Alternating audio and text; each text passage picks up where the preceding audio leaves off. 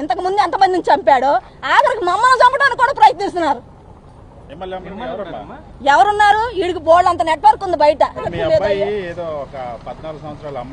ఇవన్నీ ఎందుకు అదో చచ్చిపోయి ఎక్కడో ఉన్నాడు మీద అమ్మాయి కూడా చెప్పిందిగా మొన్న. రేపు చేస్తే ఊరుకుంటానికి బయట కోర్టులో ఎందుకున్నాయి వదిలేయటానికి? ఎవడో క్రిమినల్ కులంలో కూర్చొని చేస్తే నన్ను ఏం చేయమంటారు? దానికి నేను బాధ్యత వహించాలా? దానికి ఒక 14 ఏళ్ళ ఒక ఆడబిడ్డను రేపు చేసిన నీ కూర్చొని నేను వెనకేసుకు రావాలా? సిగ్గుండక్కర్లా? వెనకేసుకొస్తాం ఇలాంటి వాళ్ళని? ఏ మాత్రం న్యాయం ఉంటే సరిగ్గా విచారించి ఆ మాట తీసుకోమని చెప్పి నేను బాధపడను. నీకు నా కొడుకు ఫ్యాన్సే, ఎక్కడో బతికేవాడిని తీసుకొచ్చి ఇలా పని చేశాడని బాధతో మాట్లాడుతున్నానే కానీ ఇంకో వేరే విషయం కాదయ్యా.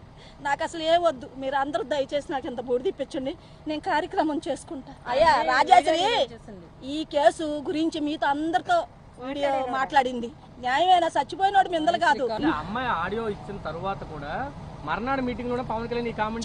కుర్రాడు 14 ఏళ్ల ఆడబిడ్డని 3 రోజులు గదిలో బంధించి చాలా రకాలుగా హింసించి చెప్పుకోలేక బయటికి ఇవన్నీ వస్తే అతనికి వత్తాసుగా వీళ్ళందరూ వెళ్తారు. వాళ్ళ గురించి మేము చేయలేదు కదా, మేము ఓట్లేసి గెలిపించుకున్నాం కదా కాపులవి, అందుకని మాకు ఇలా చేశాడు. మేము ఓట్లేసి గెలిపించుకున్నాం కదా కాపులవి, అందుకని మాకు ఇలా చేశాడు. పోనీలే, న్యాయం నిజ నిర్ధారంగా తెలుస్తుంది, నిదానంగా తెలుస్తుంది ఎవరేంటని. ఆ తర్వాత పశ్చాత్తాపడిన బాధ ఉండదు.